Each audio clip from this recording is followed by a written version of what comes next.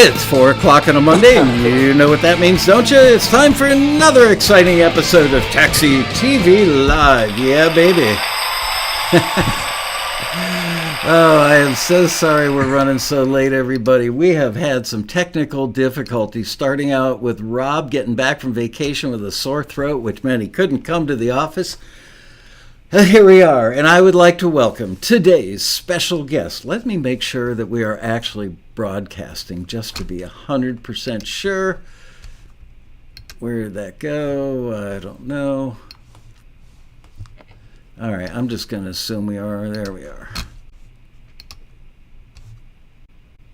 Yep, we're there. Okay. So, I'd like to welcome my very special guest today, a new face in the crowd, Mr. Michael Havens. Thank you. Great crowd you have here. Yep. Mr. Sore Throat himself, Mr. Rob Chiarelli.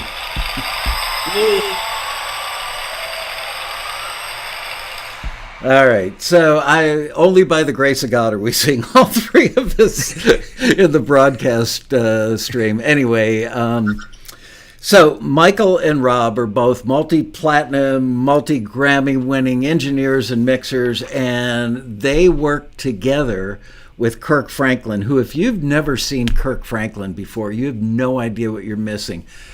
He is like the global leader of modern gospel, I think would be the best way to describe him. And he's a superstar. Rob was kind enough to invite me to be his date for the Grammys this year. And Rob and I have a secret. No. Anyway, Rob invited me to go to the Grammys, and we were watching Kirk on stage. Mind-blowing. I cannot begin to tell you what a powerhouse this guy is. And I'm familiar with his music because Rob works on it. And like 3-4 times a year, I'll hang out for an hour and listen to Rob's latest. And I've always been impressed by what Kirk is doing. He's an incredible songwriter, incredible everything. But his live performance, if you ever get a chance to see him, don't miss it.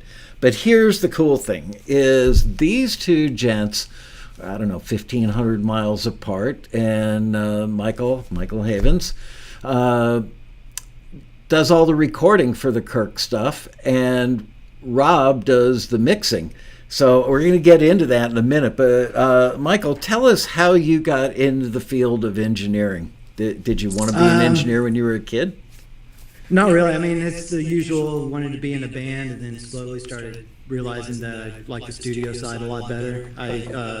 A lot of the albums I was into, it just kind of had a common thread of engineers and producers, and it wasn't really the bands that I was into. It turned in I was really into the production and into the engineers and stuff like that. So it just kind of morphed. I realized early on that that's kind of more in my bag, and just kind of been riding with it ever since. So how did you learn the craft? I worked in a music store for about 10 years, so I was able to hang out with piano players, violin players, trumpet players, and all that kind of stuff. And so I learned a lot through just communicating with them, and went to a community college that was local. They had an audio engineering program, but really it's just from buying Pro Tools and recording, bands in the garage for a long time, messing up a lot of albums. Apparently we're getting a lot of echo slapback, and I've killed everything on my end. Rob, do you have a pair of headphones you could put on, maybe? I don't know how to do that with all of this going.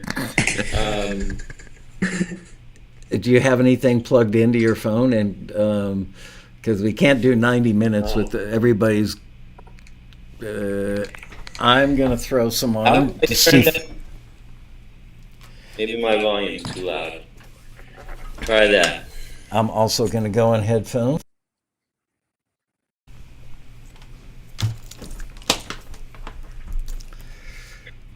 Excuse me. Man. Okay, people, is it better now? What? Check. Mic check, 1, 2. The echo is okay. Does that mean it's a really good echo, or does that mean it's gone? Better now. Okay. All right. So, but You know, back in my day, Hey, what instrument you got set to play? what? Back in What my instrument did you play, Mike? Oh, guitar mainly. So back Okay. in my day, I felt very fortunate to work under the roof with a bunch of other engineers, producers, and what have you. And nowadays, I look out at the world and I see everybody's isolated, everybody's working at home. And there is one thing that none of us had when we were growing up, which is tons of YouTube videos and tutorials and stuff. Um, but I miss the interaction, being able to hang out with another engineer, another mixer, another producer, and say, "Wow, how did you get that sound?" And they explain it. Um, have you had the ability to work under a roof with other people? And that okay, so tell us about that. Yeah, I worked it was a major recording studio as far as, multi-room facility. Had a SSL 4000 in it, and there's another room with a Neve console, another room with an API console. So lots of gear. That place is now a school, of course, because there's not a whole lot of those places left around. But I was able to, have a hip hop session going on in one room, country session going on in another, and CCM session in another, and it was just, rotating around. So definitely was there kind of for the end of that era.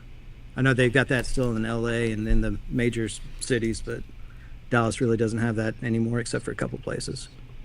Yeah, well, back when I was a kid, there were only like 2 colleges in all of America that had it. And by the way, I forgot to mention at the top of the show, because I was still a little freaked out about all the technical stuff going on, but collectively, these guys have worked with Justin Bieber, Tori Kelly, Chance the Rapper, Demi Lovato, Stevie Wonder, Ray Charles, Erica Campbell, Big Smo, Andra Day, The Corrs, Public Enemy, Jesse McCartney, Leanne Rimes, Will Smith, Danny Elfman, Christina Aguilera, Teddy Pendergrass, I always mispronounce that. The Temptations, the Four Tops, and as I mentioned earlier, the one and only Kirk Franklin.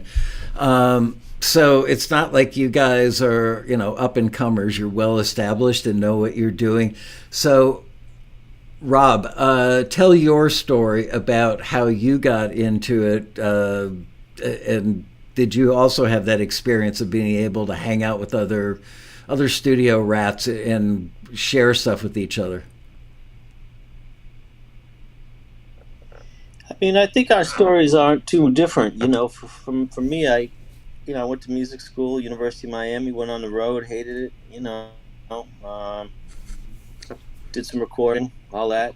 Came to LA and was an assistant briefly at Paramount. But I think you're in the, for me, just being around people that were doing music, whether, at that time, the opportunity to be in a recording session with anybody, I mean, you kind of jumped at it, right?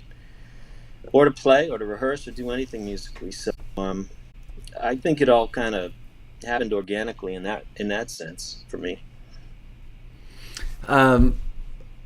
I remember that there was a spirit of generosity amongst all engineers. Somebody in the chat room was saying, "Yeah, I'm not telling you how I got that sound," but everybody did back in the day. There was a sense of competition, but there was also a sense of a brotherhood. And I'm sure you guys have done this too, where you go home and you listen to somebody's record and you go, "Wow, that's amazing. I wonder how they got that guitar sound."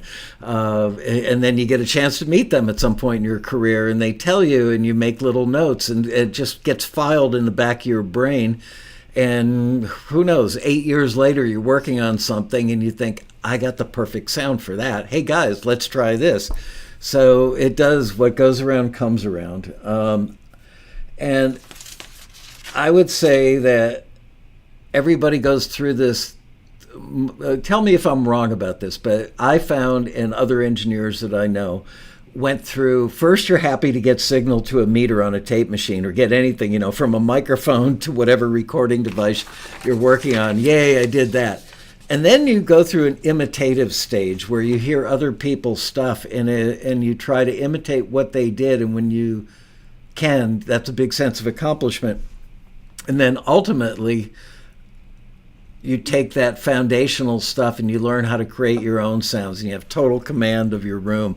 Was it the same for you guys? You want to go first, Rob?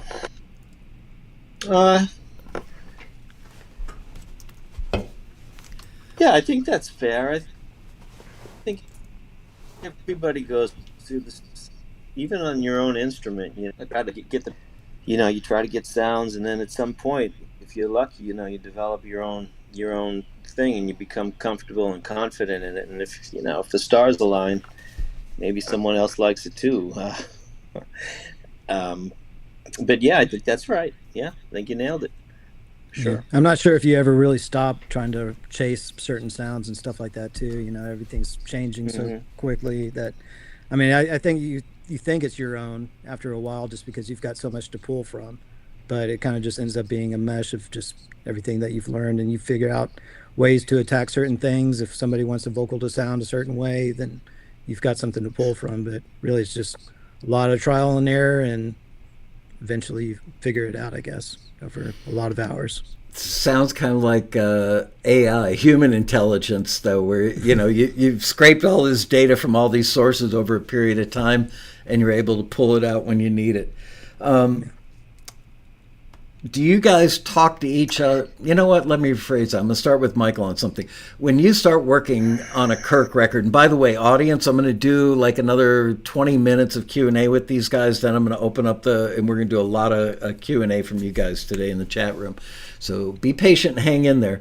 But when you start a new record with Kirk, Michael, do you get involved like in the pre-production stages, or do they just walk in and start a record? Where do you get involved, and when do you start thinking about any considerations that you may have for how you're going to deliver stuff to Rob down the line? Oh, it's from the beginning. Usually Kirk will have a concept or something, and then we'll kind of just go from there. He'll have all the songs usually demoed, so I'll record all the demo stuff. So before we even get to the actual real recording of the album, I pretty much already kind of know the direction of stuff. So. And how much stuff is done with live musicians versus program stuff? All of it at least has some kind of live aspect of it as far as live musicians. He does a great hybrid of both, so it depends on the song. And everything, pretty much the answer to every question is always going to be it depends. Kirk is not somebody that is, always this way. He could do things very differently at a drop of the hat. So it's, he's just been doing it for so long too. He's got a lot to pull from. So he's been doing it for 3 decades now. Wow, he doesn't look old enough to have been doing it for 3 decades. Yeah. He must have started when he was like 4. He probably has another 3 in him still, so no telling. He's gifted with that special energy, that's for sure. Do you guys ever cut tracks with a full band in the studio, or at least full rhythm section? Yep. Yeah, definitely. Is that your preference, just from an engineering perspective? I always enjoyed that more than anything. I enjoy it just because it's a lot faster versus sitting there and overdubbing this person and overdubbing that person. So it just kind of saves me some time. But also, I think the interaction with players is really interesting. Especially with the people that Kirk has playing. They're all A+ musicians, A+ vocalists. So having those people involved while it's all going on and being able to talk to each other is great. If not, then there's certain things that might get missed as far as musical elements that get connected together. So that's usually a big benefit of having everybody together. Talk to me about recording choir stuff. Now, this goes back to how you thinking ahead, how you're going to deliver to Rob. How can I phrase this? So you busted out. There's no guarantee that I get to mix stuff. So let me jump in, because there's no guarantee that I get to mix. I've been. You're breaking up like crazy again. And Mike is mixed. He's being humble. It's fine. And Mike mixed a bunch of stuff too. So. Can you hear me? Yeah, you're breaking up like crazy. Yeah, you're pixelated and your audio's going in. If it matters, it's going to go to Rob. That's pretty much what it comes down to. If it's going to be something that really matters, it should go to Rob, and that's generally how we try to get things. But as far as anything that gets prepped or anything like that, I mean, the biggest thing, especially if it's going to Rob, is just to at least give him options, because Kirk wants to hear things a certain way. We're in the studio and cutting. He wants to, at least be able to have it sound like a record. And I don't want to necessarily tie his hands on, me giving him something that is either too bright or, whatever, because we don't know what the finished product is. Plus, a lot of times we'll have the vocals already cut before a lot of the production goes on. So it's, there's no telling. I've been in situations before where, not with Kirk necessarily, but where I'll cut a vocal for something and then, basically try to match it to the track, and then the track will totally change. Or, it'll be for a girl group and it ends up being on some guy's rock album. So really being aggressive and that kind of thing kind of gets me in trouble in the long run. So I try to cut everything super transparent and not really be aggressive with compression and EQ and all that kind of stuff. Just let make sure they could hear themselves in the headphones. That's the biggest thing. Right. So, yeah, I know Rob and I see differently. Back when I was still pushing buttons, I was limited to the number of tracks I had. I didn't have digital. I didn't have Pro Tools. Mm-hmm. So we had to do a lot of drum tracks in the early days, like drums on 3 tracks, basically. Kick and snare down the middle and drums left and drums right for everything else.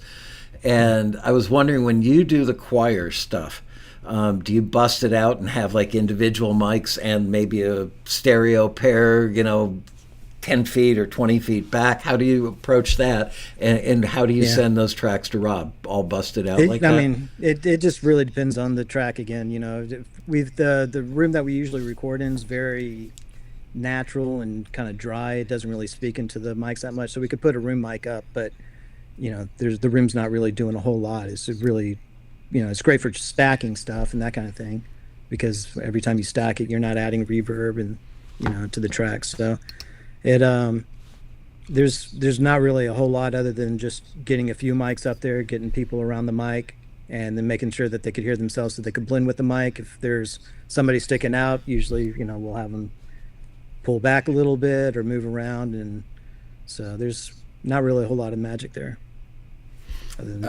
Back in my day, we'd have them drop a quarter by the big toe on their right foot so that they knew where they were. If they went to the men's room or grabbed a cup of coffee or came in for a listen, so they go back. Is that still a thing?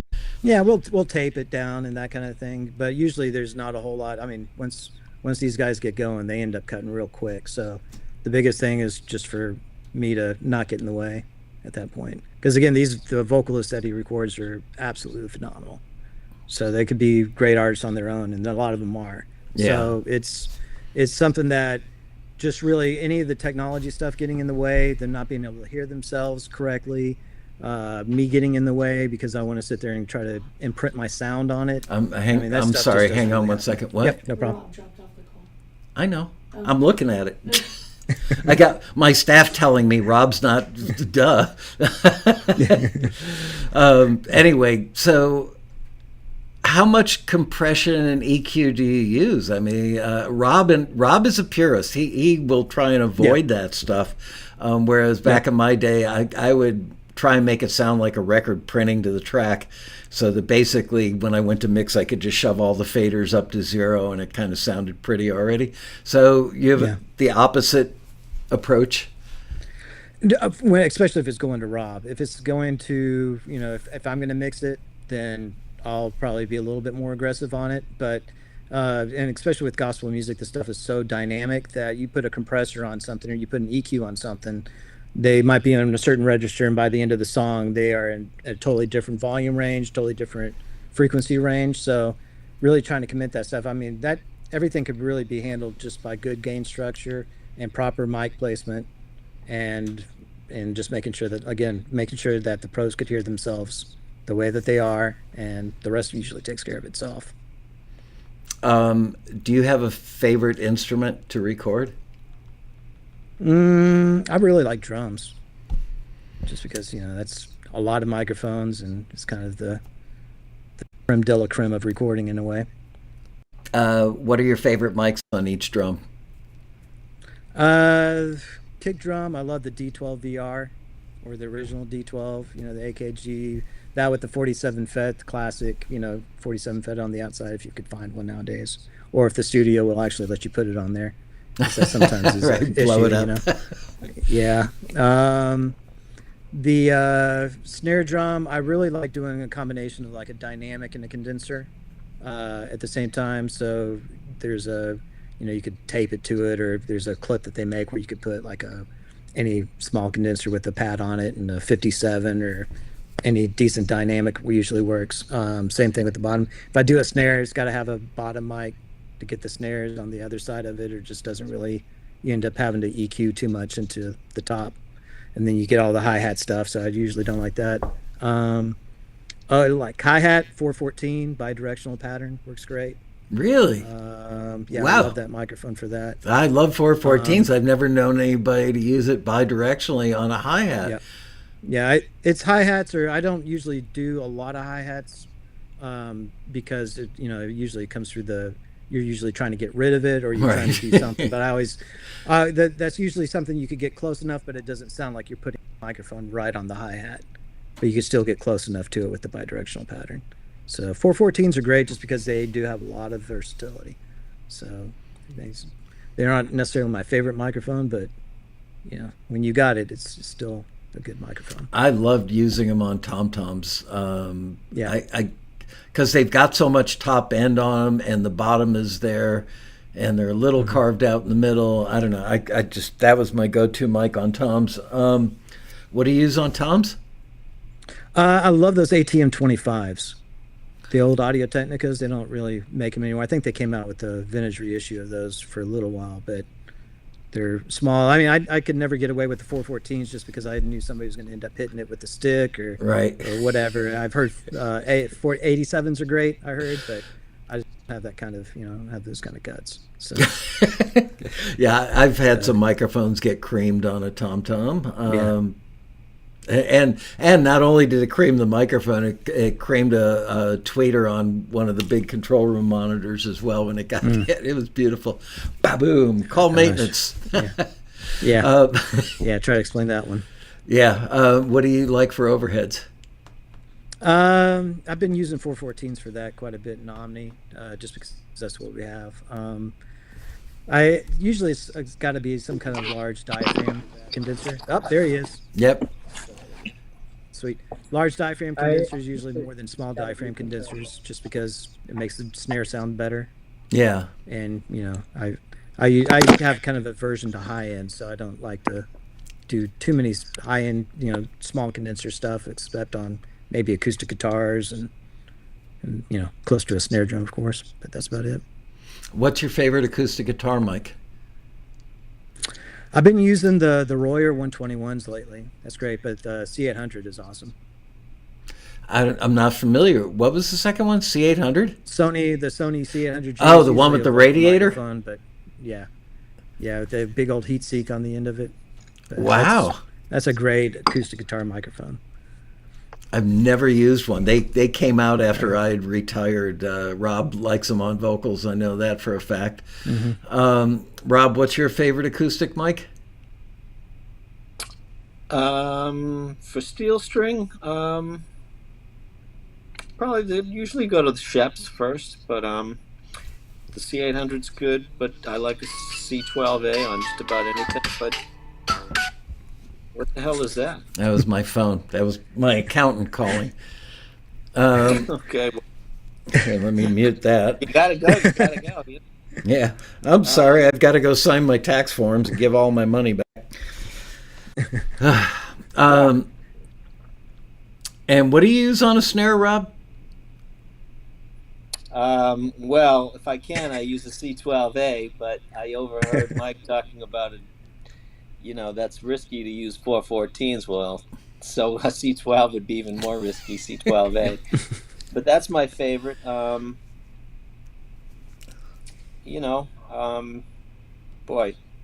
I'm not going to even give you a second choice because they're so far behind my first choice. I hate 57s. I was just going to say, I know how much you love a good 57, Rob. And Yeah, I used to use 414s on the snare every now and then in a 57, but no, I'm not a 57 fan. Yeah, I'll do 441 in a 57. It's got to be a small diaphragm, like tape to it or something. But just a 57 by itself does not cut it. oh, that's so funny.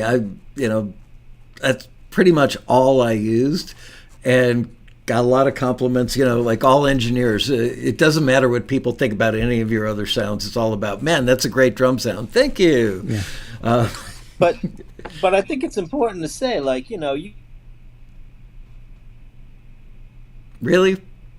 rock record something. You're just freezing like But crazy. if you're talking about just capturing the sound of the snare, can you hear me? Yeah, now I can. Yeah, I like this. When I say a C12A, I'm just talking about the sound of a snare. If it's a rock record, I'm not doing that. If it's a jazz record, I am. But you have to choose the mics based on the song and the arrangement, and there's a lot that goes into mic selection. It's not, for me, it's not the same mic all the time. Right. Yeah. And a lot of it, I think, has to do with how it supplements the overheads, because really the sound of the kit is in the overheads. So it's right. all about supplementing it. And if you're going to be gating it, which I don't like gating snares necessarily, and all that kind of stuff. So it's really just how all that stuff's going to be treated in the long run. You've kind of got to figure that out too. But it's all about the overheads. That's a great point. It's the way they all sit together, and there's one thing you can't get rid of is a gate that's recorded, right? Yeah. Right. And also the snare, also the drummer. Obviously, if they're playing with the correct dynamics, then that makes all the difference in the world. You can't get a bad snare drum to sound good. It's got to sound good to begin with. And if they're hitting the hi-hat harder than they're hitting the snare, it's just it's impossible. I've always said, give me a cheap drum set and a great drummer. That will always beat a great drum kit with a poor drummer. Touches everything. Yeah. Tuning matters a lot. Do you guys tend to tune drums to whatever the key of the track is, so that like the kick drum doesn't get swallowed by the bass, or the toms don't get swallowed by the general bottom end in the rest of the recording? Or do you let the drummer tune to wherever he or she is comfortable? I only mention if it's an issue, but usually I don't have to deal with that, just because the drummers are usually great that I get to record. So, Rob, how about you? Yeah, I'd feel the same way. Hopefully, there's been times that we've had to do it. Sometimes you do have to tune some things. That's okay. I mean, that's just part of the craft. But if you don't need to turn a dial, then don't. It's not mandatory. But a lot of these musicians and the good players, they know what they're doing pretty well. Makes your job easier. I'm in shock that both of you guys like the 441 and the FET 47. Seriously, my two least favorite mics by far. I could never get anything to sound good except a floor tom on a 441. And a FET 47 was an okay mic. I mean, relatively good signal to noise, I guess pretty good EQ curve. But I always found them to be like just really boring sounding. But I may have to take a week off from work, go rent myself a studio and play around with them. Yeah. Well, I'm saying it's the AT 4041, the Audio Technica. Oh, I thought you were talking about AKG 451 or something. Right. Not the 421. I think it's probably no 44. I thought you meant the AKG 441 or Sennheiser 441. The long mic that Fleetwood Mac loved. Oh, I do that one. Really? Like that one. Yeah. On a snare. Yeah, you could do that without the small diaphragm. That'd be fine. Yeah, I haven't had one of those in a long time though. Yeah, try it on a floor tom sometime. If you have a floor tom that tends to be like a little too ringy, a little too robust, needs to be tamed a little bit, that mic will grab the bottom in the attack, but not it. You know how floor toms can be really kind of resonant and have a long ring. You spend a half an hour trying to pat them down and everything. 441 kind of just does it by virtue of the way it sounds. Anyway, let me see if I've got anything else I want to ask you. Oh, reverb. Mike, how many reverbs, when you are mixing something, are you one of those guys who does like 4 or 5 or 6 different kinds of reverbs? Or do you generally set up like, a 3-second plate and a medium hall or a small hall and tend to bust things or use your sends just to send out to those things? I'll use a bunch of stuff. I like using layers and, treating things a little bit differently, especially so you could kind of make the song change over time. I think just using the same type of reverbs, you kind of just get stuck in a certain sound. So that's one of the places I really kind of mess and experiment with, especially on the synth into it. So it's something I haven't mastered yet. So I think that's partly part of it is I'm just really trying to mess around with it as much as I can just to learn more. Do you have any like go-to starting points, like types? First of all, what's your favorite reverb device, and what would typically be like your starting point? A 2 or 3 second decay and something a little bright, or what? Yeah, usually around the 2 second range. But as far as devices, if it was outboard, there's the Sony DRE 777 reverb. That is Don't. amazing. That's probably one of my favorites that doesn't really get talked about a whole lot. But everything I do is pretty much straight in the box, so it could be recalled easily. And ever since they went to offline bounce, I haven't really tried to do anything outside of it. So, I mean, everything from the Liquid Sonic stuff is great. I mean, that's probably my favorite right now. So they've got the Procasti copy. I think it's called Seventh Heaven. There's this thing called HD Cart, Tai Chi. I mean, all their stuff is amazing. I'm completely lost, but I'm sure the people in the chat room are writing it down as quickly as they can. Rob, how about you? What's your favorite software, your favorite device, and your kind of go-to starting point settings? For reverbs, I like Valhalla. I think that's pretty cool. I have a whole bunch of, impulse responses that I use. So, I don't know. I think there are a lot out there. I mean, I actually like the Waves Verb. I like the Pro Tools stock Verb for some things. Yeah, I layer some stuff. There's something called Crystalline that's kind of cool for some effects, and I love Crystalline. Mhm. Yeah. So, I don't know. It's not that special, I think that sounds funny to say, but I don't mean that.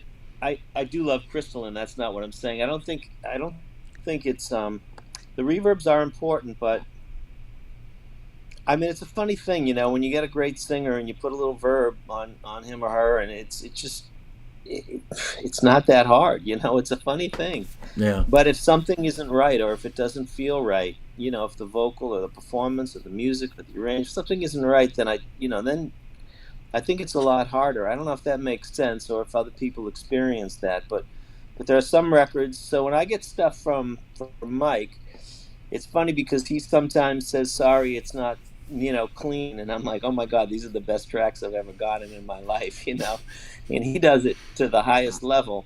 So when I put the tracks up, I don't have to really worry about, the basic stuff. It's just, it kind of mixes itself in a lot of ways, and it becomes trying to take it the extra maybe 5 yards and put a little of my own, I don't know, a little bit in there. But generally speaking, I mean, what are you going to do when you have a great singer, a great arrangement, and a great choir, and a great recording? I mean, I don't want to minimize what I do, but it's the truth. Well, that leads me to my final question for both of you guys before we go to the questions from the chat room, which is, does Kirk use both of you guys because you deliver what he's looking for, or does he use both of you guys because he trusts you so much after working with you for a period of time that he knows that you know what he likes and that you guys will take it to another level that would make him happy? So I'll answer that one. Okay. I'm going to answer that one. I have no idea. I am the luckiest guy on the face of the earth. And that's the truth. I do not really know why I am so lucky because, and I said this on one of the other shows, I would walk through fire for that guy. I love Kirk. There's nobody better. I don't know why. I'd be afraid to ask him why, I don't know if I'd like the I'm sure I would because he's such a generous and kind guy, But I don't know. He never said I like you for A, B, C, or D. Well, Uh-oh. he likes you not for that cell phone, that's for sure. Well, he'll be back. Michael, how about you? Same question. All right, so I mean, I've been working with him for it's been about 9 years now. And I think where I excel would be more in just speed and that kind of thing. I mean, he's somebody that's very artistic. So I think that's somewhere that, I definitely am trying to make sure the technology isn't in the way, that any computer issues don't happen, because he definitely works super quick. So that's one of the priorities. I mean, definitely getting to know him, being able to translate stuff. That's somewhere thing that Rob really excels at, is whenever Kirk has something that he wants, he at least knows the terminology. Because when somebody says low end, there's no telling what they mean by low end. It could be different octaves at that point. There's certain things that I think really help out with that. But like Rob says, super lucky. He's a great guy. I mean, I think anybody could really do this job, and Kirk is still going to sound like Kirk, and the productions are going to be, phenomenal no matter what. So I just try to, like I say, stay out of the way, try to make sure that the takes are had and that it's as clean and as quick as possible.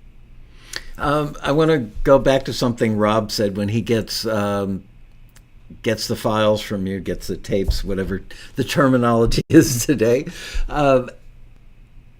Do you go through, do you do a cleanup day before you send files to Rob, where you go through and look, oh, there's that bass that we all know we're not using, but it's still on a track, and get it out of there so that Rob doesn't spend an hour trying to figure out if it was meant to be used or not? Yeah, usually I try to do that as everything's going on. So I'll be crossfading as we're comping, and that kind of thing. I mean, if there's anything that needs to be crossfaded or cleaned up, I'm usually trying to take care of it, right then. And as far as cleanup goes, I'll usually take if it's a vocal, I'll make sure to either distort it or compress it heavy so I could hear the room, I could hear the breaths, I could, make sure that all that stuff's incorporated, because a lot of times you don't know how hyped something's going to be or how not so hyped it's going to be. So I'll definitely clean everything up and try to make sure, as far as making sure there's no stray tracks or anything, I just do that for my own sanity, especially when you're working on 12 songs at the same time. I don't want to make any mistakes and there not be a bass that should have been there or something. So that's the biggest thing with him. And of course, Rob is going to do phenomenal no matter what you send him. So I just try to make sure that if there's something that was supposed to be there, that it's actually there. If something that Kirk wanted as an effect, I'll make sure to notate it. Hey, he wants this verb, or I'll give him a verb, say, you don't have to use this if you don't want to. This is my own thing or something. Mm-hmm. So, comments, that usually helps a whole lot. Making sure all the files are actually there, that makes a big difference. Because a lot of times you'll get files, mixing, and you'll be missing something, or, you'll have to sit there and do a lot of work. And really just making sure he doesn't have to spend a whole lot of time, that he should just go straight into mixing. You shouldn't have to sit there and, figure out what things should be labeled and what something is, and make sure it's organized, color-coded,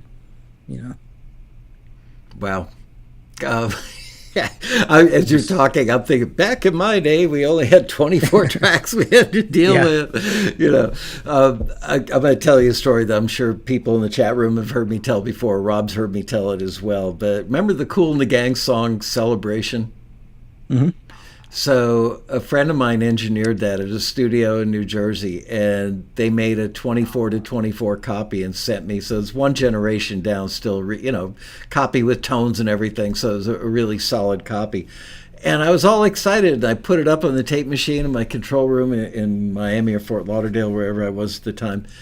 And I was in shock as I brought up each fader. I'm going, oh my gosh, that kick drum sounds like somebody, ticking a Kleenex box with their finger. And the snare drum sounded just like a piece of tinfoil over that Kleenex box.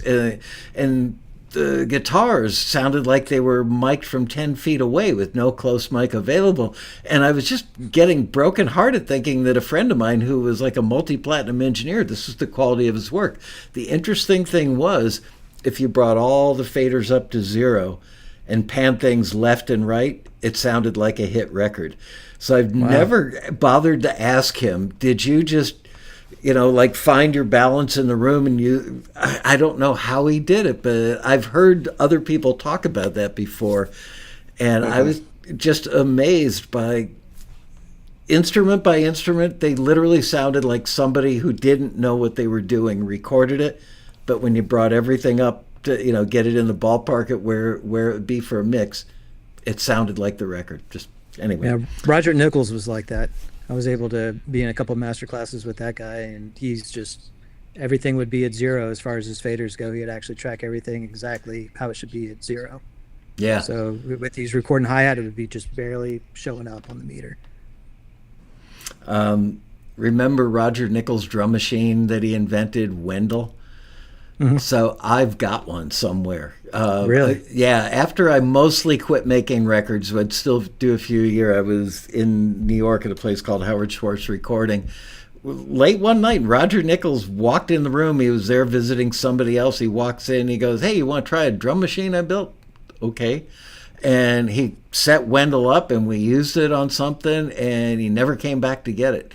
So somewhere in my pile of junk and storage, I've got a Roger Nichols Wendell. I should have had him sign Wow. it. Yeah. Crazy. All over, like Night Fly and a couple other albums. Anyway, all right. So Rob, let's do some Q&A with the kids in the chat room. Wow, look at that. I'm actually going to do better than my 45-minute goal. All right, here we go. First question. This one's from Ken Crombie. And yes, anybody who types question in all caps makes it easier for me to see. Can you discuss using outboard gear versus plugins during mixing and mastering, preferences, reverb? Wow, that's Ken. That's not a question to be answered. That's a book to be written or a semester right there. But let's go down. Let's boil it down to the basic. Let's go to Michael first. Do you prefer real outboard or plugins in general?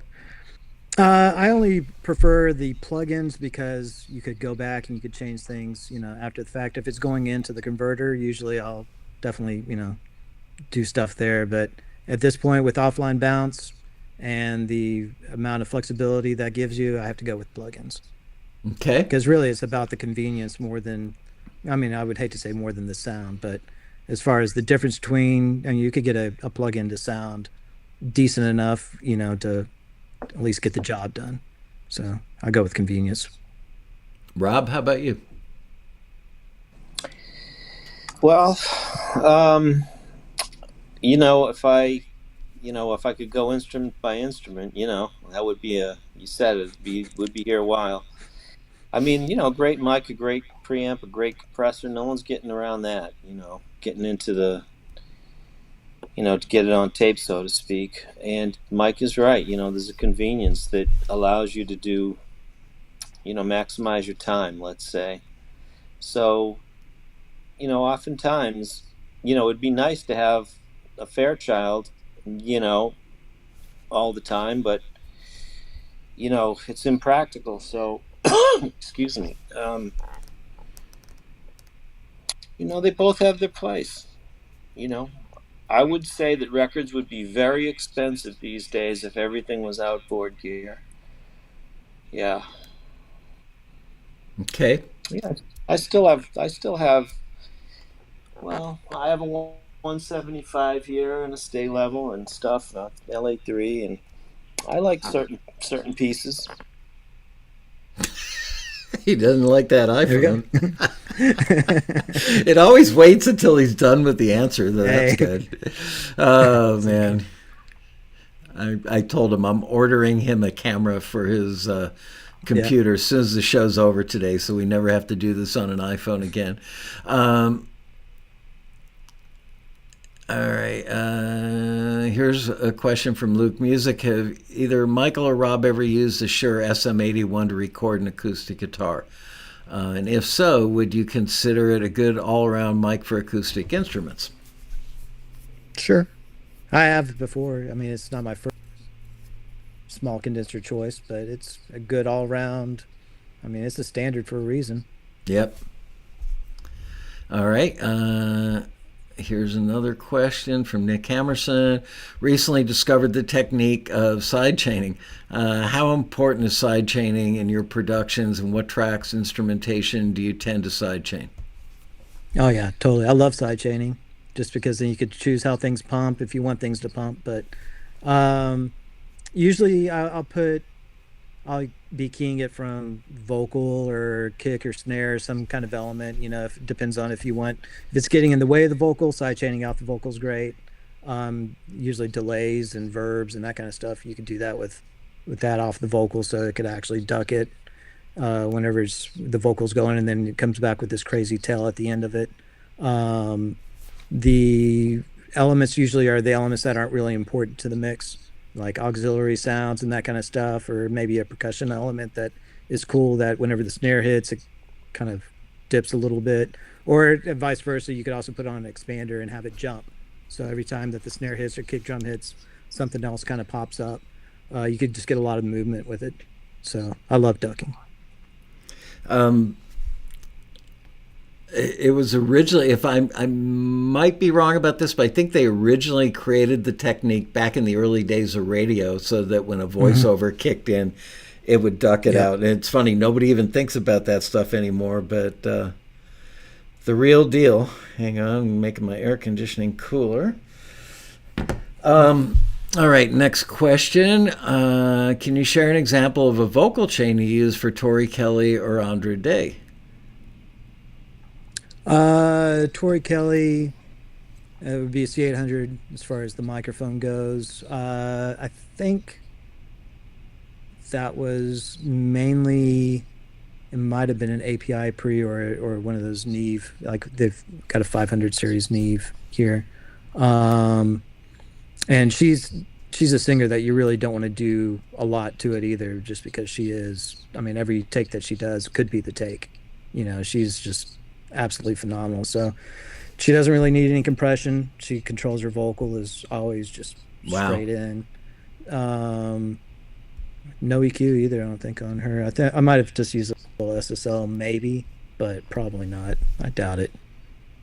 What do you have in the room at Kirk Studios? Is that an SSL? It's a SSL AWS 924 Delta.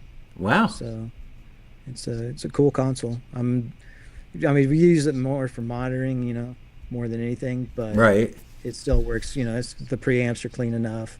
EQ's killer.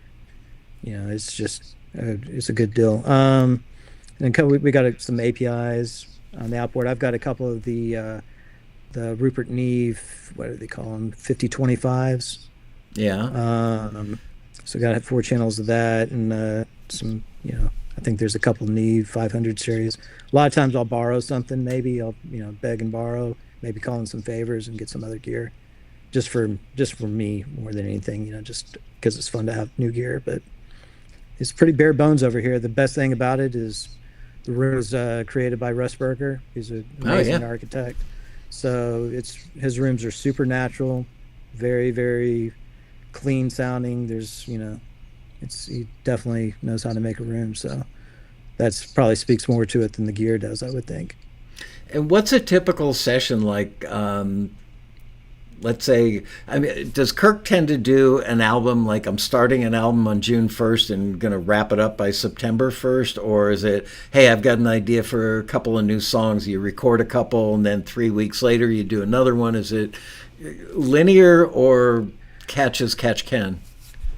It changes. Yeah, it's really, it's everything about it. Usually I wouldn't say linear would be, you know, something I would use to describe any of the process of it. So it could be, I mean, he's usually very focused and centered, on whatever the project is. So it's not necessarily like, oh, it looks like we have an album or something, but the album could definitely change as time goes on, as kind of the songs come together and all that kind of stuff. So we don't necessarily say, okay, here's the name of the album, we're going to do, this number of songs, and it's going to be, this and this. It kind of just opens it up to whatever ends up happening in a way.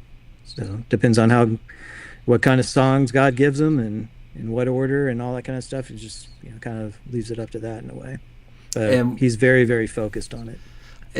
I'm guessing you guys, I'm saying this facetiously, but I'm guessing that you guys don't have a lot of sessions with musicians wired on cocaine and drinking Jack Daniels out of a bottle. Not that we know of, Yeah, I don't miss those days. I've definitely been in those kind of sessions, and I mean, it usually ends up being a big waste of time. Yeah. It's great if you're charging per hour. Nothing worse than punching in like syllables on somebody that's been snorting coke and drinking Jack all day. Tough gig. So are the sessions with Kirk pretty normal as far as like businessman's hours? Not go until 2 no it can go till 2 or 3 in the morning. I've been here at noon the next day sometimes. Wow. So just it's it will definitely change. I mean, especially nowadays, not with Kirk, but with just in general in the industry. I mean, the cell phone has kind of destroyed a lot of the studio vibe. I mean, whenever cell phones started, usually you would have to throw them in a bowl or something, and they weren't really allowed in the studio. But now that cell phones are allowed, things don't really start happening, it seems, until 2 or 3 o'clock in the morning, just because you get rid of all the distractions. That's when the magic really happens, it seems like. Wow, really? So everybody in the room is kind of chatting with their friends or playing a game or whatever, and not focusing. Not in Kirk sessions, in Kirk sessions, but just and just kind of industry wide. It seems like that's a deal. They with Kirk stuff. I mean, he's somebody that really works hard. Yeah. And will go until it's right, and he enjoys the studio process, which is great, because it's horrible to be with somebody that doesn't like this process and you're trying to create an album. So it we could start early, we could start late. It doesn't really matter. But also the musicians, and there's a lot of people that might have other jobs or something, so even hours usually ends up being what happens just because of that. Yeah. How many takes does it usually take him to nail a vocal? Is he seems like he's somebody that would, lay 3 down and you'd have everything you need to work with it. Is that the case? Oh, as far as his vocal? Yeah. Yeah. He's very few takes. But he could do it at 4 or 5 o'clock in the morning, and you would never know that it was that early in the morning. Wow. Yeah, he's got tons of energy, and when he's on, he's on. I'm telling you, I was so blown away seeing him live. And I also had a nice little moment out in the hallway in the lobby of the Staples Center, or whatever they call it now. Rob and I and his kids were walking to get some pizza or something, and Kirk walked by and saw Rob, and they gave each other a hug. And I was looking at Rob, the back of Rob's head, and I could see Kirk's head on Rob's shoulder while he was hugging him. The level of love and affection he was giving Rob in that hug, it was so genuine. It wasn't like a Hollywood hug, it was the real deal. It was pretty cool. Okay, let's grab another question here. How do you tackle your static mix? I'm not even sure exactly what that means. Do you? Static mix usually means faders aren't moving or anything like that. Yeah, and like I don't understand how you tackle it. It's basically you get your overall general balance, and you're not doing the moves yet.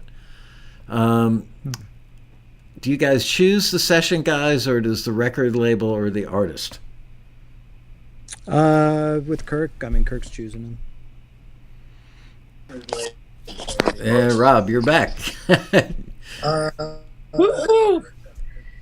What'd you go make a sandwich?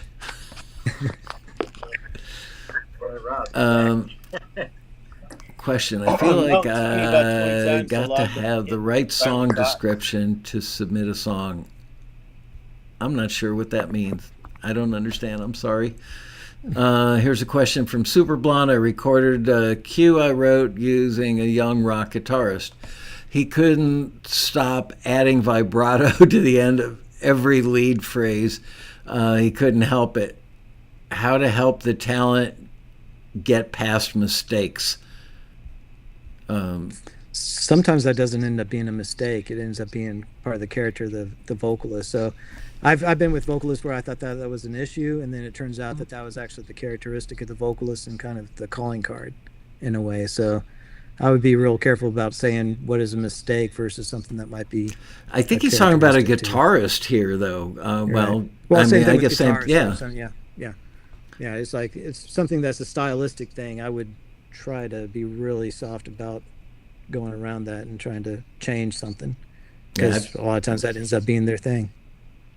Yep, it's either get another player or maybe try pepper spray. You do that again, I'm going to hit you with the pepper spray. Yeah. I'm kidding. Here's a question from Alan Hall. Any Danny Elfman stories you'd like to share? Rob, I think you worked with Danny, right? No? No. He was on your... That would be cool. What? So that would be cool. Yeah. That's funny. I just copied and pasted that from somewhere. So somebody somewhere thinks you worked with Danny Elfman. Okay, well, we're not getting any stories on Danny Elfman.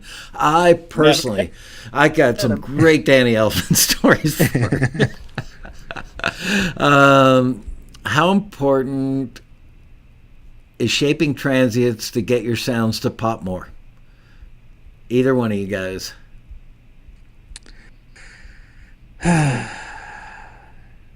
Transients. I think that's something that's overdone at this point. I agree. That's a great way to put it. And I think, have people gotten too technical because plugins have so many things you can do with them? It's kind of like me sitting down to use even Microsoft Word. Basically, I type, I highlight, I bold, I hit the return key. That's about it. But it can do all this other stuff that if I were publishing a magazine, I might use. Is that the case with plugins today, that we've put too much power into the hands of people that don't know how to use it and don't really have a good reason to learn how to use that depth of flexibility? You want to go first, Rob? All right. I mean, we're Are here you there, to serve Rob? the... Hello. Yeah. Hear me? We can't hear you. I can hear you. Oh, you can? I can hear you. Oh, man. Now I got to go fix something. Wow. Window. Let me find audio mixer. Rob should not be muted. Why is Rob muted? Talk to me, Rob. Mic check. 1, 2. That is so weird. I hear him. 1, 2. I see him on the meter. Okay. You've been blaming me this whole time. Is he panned or something? I've got my right ear in. No, he's not. And I see him on the meter, and I didn't change any settings from when he, crapped out and left us. Rob, I'm going to call you and put you on the speakerphone. Phone.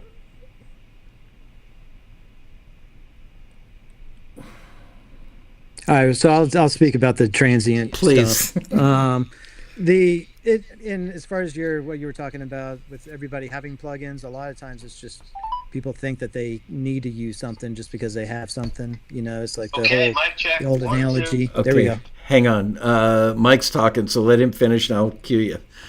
All right, go ahead. So finish that. Usually they just have, somebody puts a compressor on a vocal because they have a compressor, and that's just something that you do. Usually it's not what does the track need? It's just, what do we do? What can I do to it? But a lot of times with transient designers, it's because somebody ended up smashing the vocal, smashing a snare, compressing it the wrong way, and they're trying to get something back. And, it just seems like you're trying to dig yourself out of a hole at that point. Do you remember the Eventide Omnipressor? Oh yeah, I love that thing. Really? Boy, you and Oh I yeah. we are Yes. definitely not in agreement on some Such an gear here. aggressive. It's an aggressive compressor. Praise the I Lord. What good would that be? what?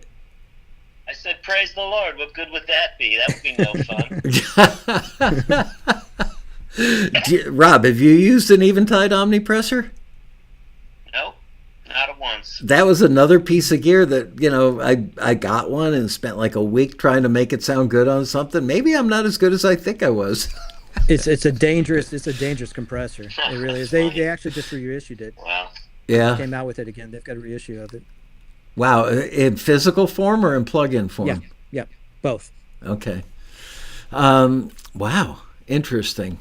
All right. I'm going to go to another question here.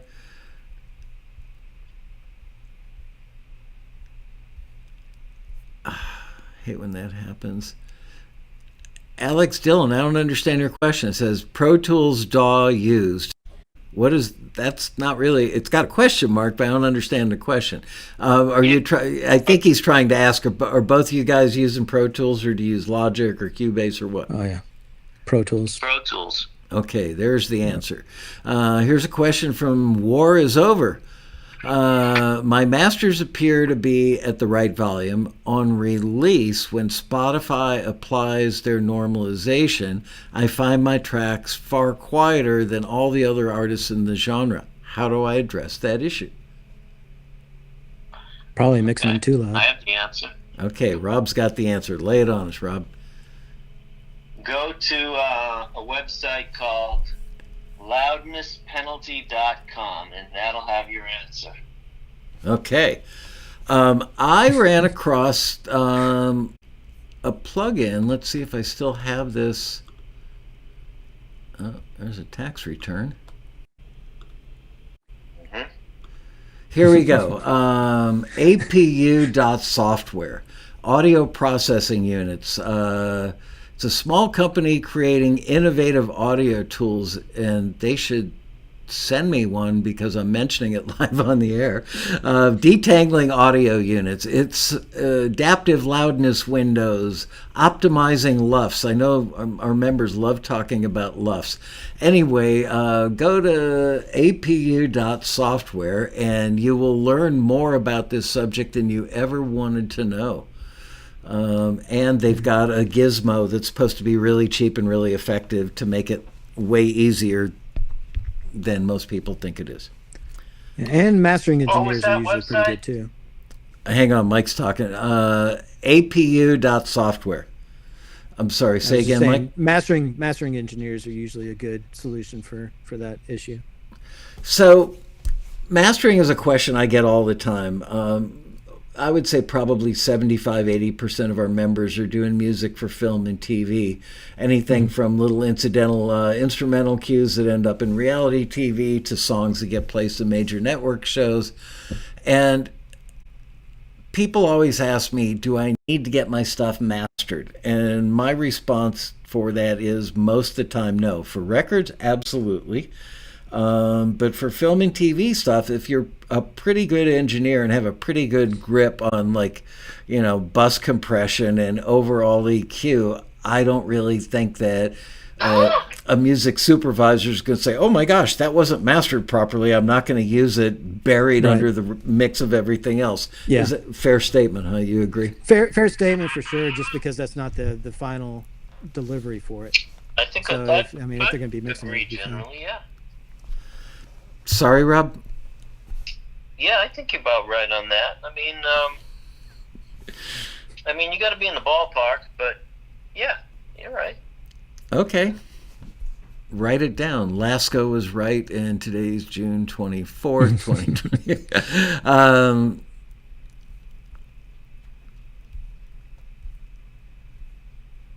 We can hear Rob. Yes, we can. Oh, it's fine. You guys can hear Rob, but I couldn't. That is so weird. Oh, well. That is the weirdest thing. I'm listening to whatever you got. I'm listening to the output, same feed you guys are getting. I'm not hearing it. Oh, well. Is Rob homeless now? transient, question mark. Nope, pretty sure he's not homeless. Thank God for that. Question.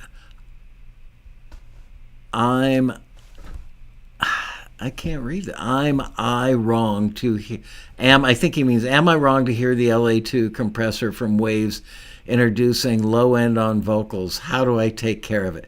So I think this person is saying he uses the LA2 compressor from Waves and it introduces low end on the vocals. Yeah, it's got that 50 or 60 hertz little emulation thing going on. They usually have to turn it off on the plugin. Oh, I didn't know you could. That's interesting. But not true on the hardware version of it. Right. Yeah, they're not adding anything on the hardware from what I understand. Actually, they've got a roll off too, right? Or is that just on the detection? I don't know. I think on the back of it there's some kind of roll off, but I think that might just be on the key. Let's see. Looking for another question with the word question. Rob sounds like a walkie-talkie at the airport. Okay. Like a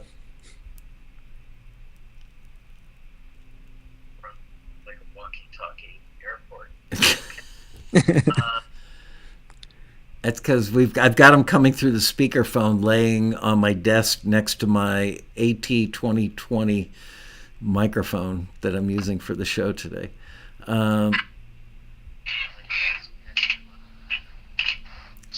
You guys are not typing in the word question. I've got to read everything to find the questions. Oh, Michael's fishing report. I'll make this very brief. I went on the trip, didn't go fishing. The weather was so bad in Central Florida the week before that the tarpon and the snook were not biting, and the guide was nice enough to call me the day before and say, I don't want to charge you $600 to drive you around on a boat tour.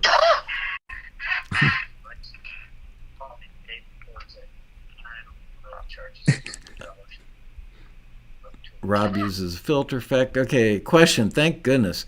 Is anybody using analog tape for tracking or for mix? You Not guys me. eat? I'm not doing that at all right now. Some people are, though. How about you, Mr. Havens? Do you guys even have a analog multi-track in the room? Oh, no. Nope. Not here. Thankfully. Oh, come on. That's what assistant engineers are for. They're supposed to have that machine aligned before you walk in the room. Marion says, I gently told them to write the word question yet. Well, they didn't. And I don't see any new questions. We still have 18 minutes left to go.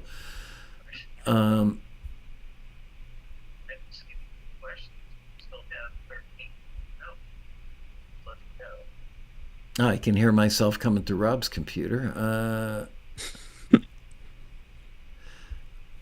Ken Crombie wants to know, what about clipping transients to create more headroom?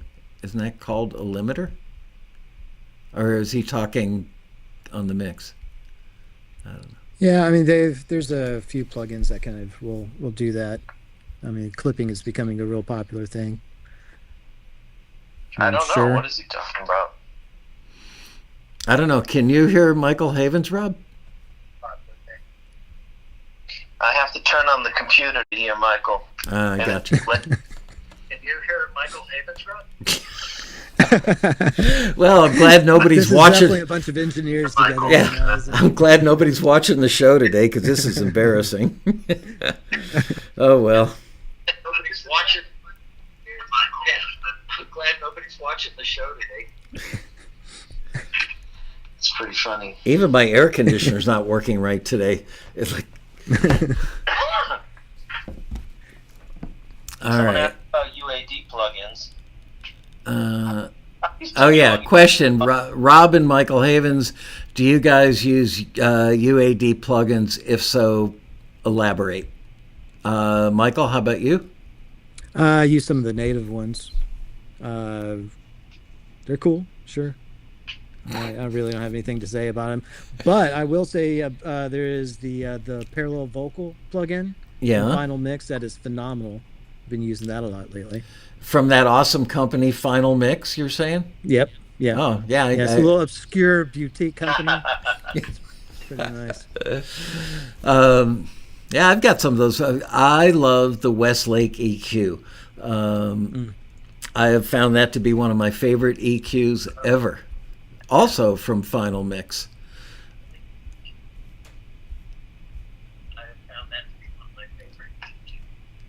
Wow, there's like a 10-second delay. I can hear myself coming through Rob's computer. All right, any other questions? Here we go. When you're mixing choirs or multiple vocals, do you pan the vocals like they would sound if someone was listening live? That's a very good question, Marion. Michael? Sure. Yeah, definitely. I mean, if that's the way they're supposed to be heard, if it's supposed to be transparent, sometimes you want to pan them all to one side and have something else on the other side. So kind of just depends, I guess. Let's go back to talking about miking the choir stuff. You know, we get requests for gospel music half a dozen times a year maybe, and they'll ask for choirs. And I'm thinking, okay, well, the average Joe engineer, producer, songwriter working out of a home studio really never has the occasion to do a gospel choir, but they might be a great vocalist, and they may want to attempt to create a choir with one singer. And I'm sure there's AI that can do that now or something, or there's probably a plug-in for it. But I have been known back in the day to try and recreate an orchestral setting with everybody live in a room. I worked with one particular composer, producer guy that did a lot of TV commercials many years ago, like 35, 40 years ago. And he liked to overdub everything. He would overdub horns, overdub violins, overdub violas, overdub cellos. So I would set up the room as if I had a live orchestra in the room, like a 30-piece. Wow. Yeah, I had a 25 wide, 45 deep room, and I would set it up, and then I would have the different sections come in, but I would open up those other mics even though nobody was sitting under them, just to and it worked really, really well. So could it be done in a home studio situation to recreate a gospel choir, any sort of big background vocal section? It doesn't really work that well, I don't think. I mean, just because whenever you've got, especially if it's the person that's singing at the lead, it ends up being a little difficult just because you know it's that person. It's really hard to change. I mean, you could change pitch and make little variations of it, but it's still the same person's throat, and that makes a big difference. So I would first, at least if you got a small room, I would get as many people as you can in that room, and then just layer them together. But every time that you layer them, alter where they are in the room. Maybe tell them, like I was doing a vocal session this past week where they only had a few people, and they just say, okay, think of different characters. This take one, you'll be this character. Take two, you'll be this other character. You'll have them kind of change positions in the room and everything like that, and that usually helps a little bit. But there still is nothing like having an actual big group of people at the same time pushing air. It's just nothing else really comes close. Hey, Rob, can you turn down your phone a little bit? Your audio is really loud coming through on this end. Let's see. Here's a question from Keith LeBrant for both of you guys. Amp Sims, do they make your mix? If so, which do you like? Rob? Go ahead, Rob. I like Amp Farm. I've been using it forever. Does it make the mix? I mean, it can help times, absolutely. I think all those simulators are pretty good now.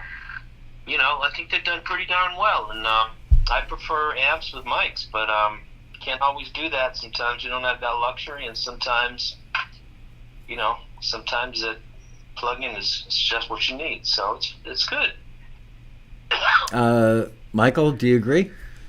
I use them on vocals more than anything, or snare drums or something. I rarely ever use it on what it's intended for. Really? Give me an example of the kind of sound you'd go for using it on a vocal. If you do like on the amp farm, there's the Soldano setting that so it just starts feeding back if you put it on a microphone, and that's really cool if you're trying to get that crazy aggressive feedback punk type sound. If you put it on a snare drum, it just, it's cool to layer that in sometimes if you want to get this crazy ring wong type thing. Or you could just have it to where it feeds the verb, so you get a different kind of sound through the verb. So I love gritting things up. Love amp farm. I mean, anything that adds distortion is great, but it's rarely ever on guitar. Back in my day, distortion was the enemy. Right. I laugh at today people buy plugins to create distortion. Seriously, if we heard distortion, you flunked Engineering 101, but that was also 40 years ago. Yeah, I feel that way about vinyl scratches. People are adding in the whole sound of vinyl records and stuff. I can't stand that. Yeah. I'm actually going to lunch on Friday with a music supervisor who works on a lot of big commercials, and he's got a huge collection of vinyl, and I'm curious to see from somebody who's not an engineer or a mixer about why he loves vinyl so much, because I've got the original Beatles Meet the Beatles record that I bought in 1964 in mono on vinyl in pretty darn good shape. And I got to say, it doesn't sound that good. Although I got to know Jeff Emmerich. I interviewed him for our convention one year. And I took Rob and Jeff Emmerich out to dinner. And Jeff Emmerich said to me, "You can't call yourself a Beatle aficionado unless you've got the early stuff in mono." I don't know. He's since passed away, but I would disagree with him, although he's Jeff Emmerich. Yeah, I think it depends on how it was meant to be presented. Like the original format is, if anything that was originally meant to go to vinyl, I think should be heard on vinyl. If not, then it's, this whole taking something in digital and trying to put it to vinyl, I think it's sound amazing. I just don't think that's necessarily the right way either. Rob, here's one for both of you, and I haven't gotten an answer from you in a bit here, so I'm going to throw this to you first.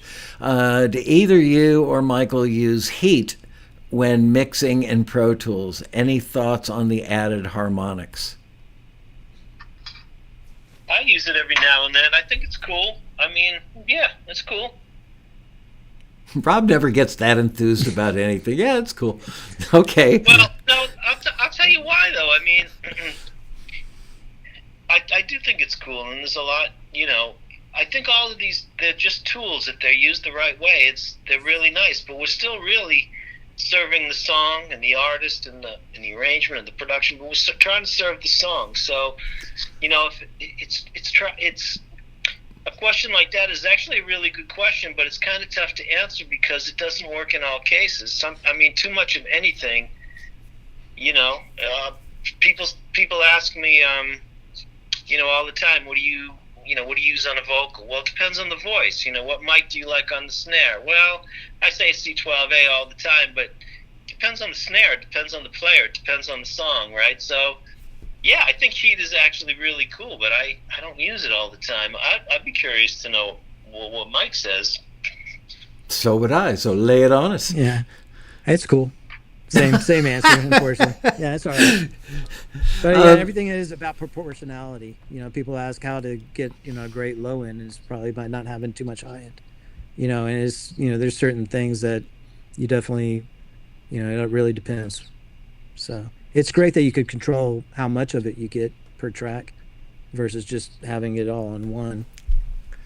I've got a question that's specific to you two guys. Were in the context of you working with Kirk. Are there ever times when, from an audio standpoint, not a production standpoint, but something has been included, an instrument has been included, and you just know that it's not working because it clutters things up? It's one more layer that you could do it, but just because you can doesn't mean you should. Does Kirk work with you guys? Is his trust level high enough that you guys feel comfortable saying, "Kirk, I love you, brother, but that keyboard part should not be on this record. It just muddies things up"? Or kills the spirit of it or whatever it's doing. Mike, do you ever have that happen when recording, or is that something that only happens with Rob during a mix? Well, I'm going to get Mike it's, off the hook on this one, and I'm going to answer this by saying that has never happened with me, and I haven't heard. I mean, his songs and arrangements are so great. I have never. It's a masterpiece generally. Now let's talk about other recordings, because not everyone has that. Yeah. And there are times I joke about this at the road rally at the when we do those seminars with Ron Harris, and one of the things people ask is, how do you get the guitars to sound so big, for example? And well, you gave me 22 guitars with 3 mics on each speaker and a mic on each string of the guitar, and I just muted everything but 2 things. Sometimes less is more. 2 guitars can sound better than layers upon layers with mics and mics and mics. And sometimes parts need to be, maybe muted or ducked in a verse or chorus. But that's just the subtleties of music. It's got to breathe. But I think that when you have great players and great producers and great artists and great engineers, it makes my job a hell of a lot easier, and that's no joke. I mean, the truth is by the time I get it, a lot of times that stuff has been worked out, because the songs will reveal those things. If you let them, the songs will reveal, what parts kind of need to be in and out. I mean, that's my experience. Mike probably can add to that. I mean, definitely. I'm sorry, go ahead. Say again, Mike. Yeah, he's right. Whenever with Kirk, I would say, Kirk is definitely open to recommendations. He's not somebody that is just all, if he didn't think about it, he doesn't like it, that kind of thing. So if there's something that I feel something really passionate about, I'll say it, but usually I'm wrong. But he'll oh, you're married, huh? He'll have it figured out. Yeah, right. he'll figure it out by the time that happens. With Kirk, it's not something. He's very intentional about everything he does. Wow, you guys are so lucky to work with an artist at that level. Yeah. It's a rare commodity, even amongst superstars, that somebody has their act together on that many levels that. Yeah. They, as Rob says, makes his job easy. Hey, Chiarelli, next time I'm over at your house, can you pull up one of the Kirk multi-tracks and just let me go fader by fader in raw form, just so I can hear what that sounds like? Absolutely not. Thanks. Absolutely not. Anything that I have is under any artist, that is under lock and key, and that is not available. And I would get thrown into engineer prison. Mm-hmm. Okay. No chance. All right. Well, people ask me all the time for stuff. No, I'm not asking you to give it to me. I'm asking you to let me sit there at your thing and just hear. Hell no. All right. No chance. Nobody gets any of that stuff. And I don't want to have it. I just want to hear it. But okay, jeez. Any of the stuff. Nope, it's the record that's released by the artist, right? That's their vision, and nobody gets to hear anything. If you can get permission, that's fine. All right. I will call Kirk when we get off the show and say, do you mind if I go to Rob's house? And I'll let Kirk listen to my Eagles Take It Easy multi-track. Do a swap. I get assassinated for that one. All right. Well, guys. Oh, no. We have 2 more minutes left. Let's see. Question. We talked about favorite reverbs. Do you guys want to chime in on your favorite delays? Sure. I use... which one have I been using lately? I've been using the... is it Sound Toys? Jeez, I'll have to look that up. You go ahead. Jeez, I don't even know what it is. Go ahead. Yeah, Echo Boy's cool from Sound Toys. I'm going to look that up. Yeah. What do you like, Michael? Yeah, Sound Toys Echo Boy is cool. I think that's what he's talking about. Yeah. I really like to copy and paste. So I actually manually do it so I could control I'll fade in certain things, fade out. You get a lot more control if you just sit there and create your own delays.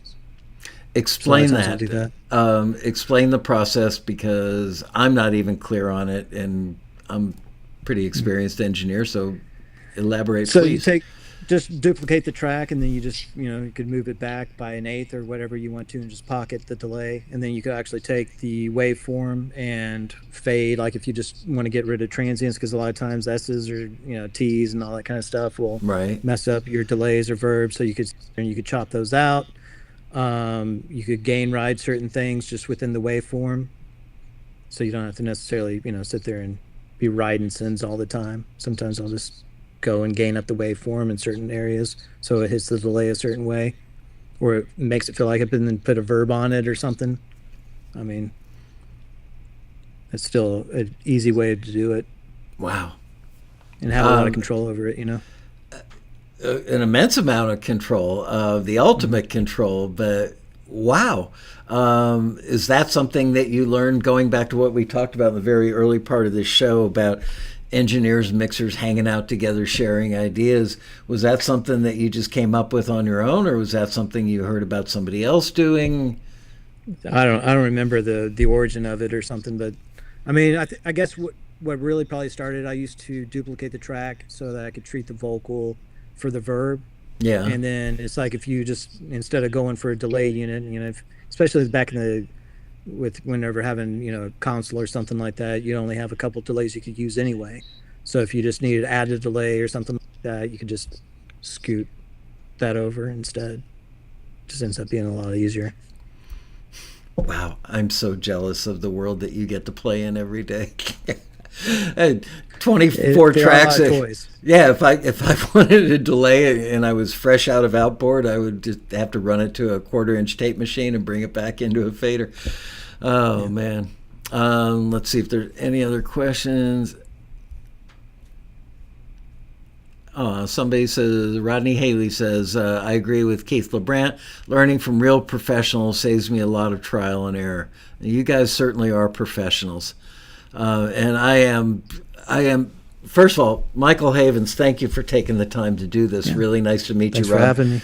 Oh, man, my pleasure. Rob has spoken about you in the kindest way, many, many times, and he was very excited when it was his idea to have you on the show. He lit up like a firecracker, and I'm really envious of both of you guys, because anybody who does it for a living knows that the number of times you get to work with artists who are just absolutely a pleasure every minute that you're under the roof with them is really rare. And it sounds like Kirk is exactly that guy. So, I'm sure you appreciate how privileged you guys are to work with him. And thank you for making great records, because honestly, I've always listened to the stuff that Rob has worked on and go, wow, Rob did a great job on that. And I never thought about, well, there's a guy on the other end getting it to tape, as it were. Rob is it. As far as, he's phenomenal, there's no doubt about it. So is Kirk. I mean, I definitely don't take it for granted. Definitely been in the other side of things where the artist isn't necessarily phenomenal, or the mix guy is a jerk. So I definitely am very blessed and very, very lucky, and I know it every single time. And being in the same room with Rob is like being, a master class every single time. So. When have you guys been in the same room together? Quite a few times. Yeah. Really? Yep. Wow, that's cool. Man, oh man. Well. Yeah, my favorite time was at the Village in L.A. What a great room to be. Which room was 48 hours straight. Wow. Studio D? We tracked in D, and he was, where were you, Rob? A, I think? I lost him. Rob, you there? Well, you're here in another 30 seconds. Yep, I'm here. Oh, that's right. You can't hear Michael. Which room did you guys work in at Village? I think we had 2 or 3 of them going at that session here in LA. But we've been together I think we were together in Atlanta on some sessions. We were certainly there in Texas a bunch together, and he's always looking out for me, and that's the truth. And yeah, I mean, we're lucky guys. You really are. I'm really happy for you. It's like, yeah, all I can say is I'm happy. I understand your world, and I'm really happy that you guys get to work with such a great artist, and that you guys get along and understand each other. Pleasure having you both on the show. Technical difficulties aside, still got a lot of great information out there, and I encourage everybody who's watching the show today, go listen to Kirk Franklin so you can hear the work that these guys have done and hear what a true, I've said this, that I've only met maybe two people in my entire almost 50 years of being in the business now that I think were born with a God-given talent. Most people had to work really hard, but some people are just born with that thing. They popped out of their mommy's belly with a gift from God. And when you see Kirk Franklin on a stage, he's one of them. Believe it or not, the other one for me was Katy Perry. She was one of our A&R people here at Taxi. You could feel it. She was nobody. She was just a struggling artist trying to get a record deal. And you could actually walk past her in a hallway and feel something radiating from her. And I was not shocked when she got a record deal and blew up as an artist. She was born to do it. Sounds like Kirk was that same person. Oh, by the way, for all you viewers, what's the name of the Kirk, the video about him finding his dad? Father's Day story? Yeah, it's on the website, right? Like when you go to the website, I think it's right on the homepage. If you guys in the audience haven't seen that yet, absolutely watch it. It will help you understand so much about him as a person, which translates into him as the artist and shows you the depth of what he's capable of feeling and expressing and where all that stuff comes from. It's really, Rob called me up one Sunday and said, "Oh, you haven't seen that? Here, check this out." And I got to tell you, I watched it like 3 times that day and just sat there wiping tears from my eyes going, wow. It literally feels like you're privileged when you watch it to get this like inside slice of life. Anyway, we're way over on time. Thank you both so much. Thank you. No, thank you. I really appreciate taking the time, and I know it's like 2 hours later there. Rob, feel better. Hope that cough, it just stays a cough and goes away quickly, and thank you both. Bye-bye, you guys. See you later. See everybody next week for another exciting episode of Taxi TV Live.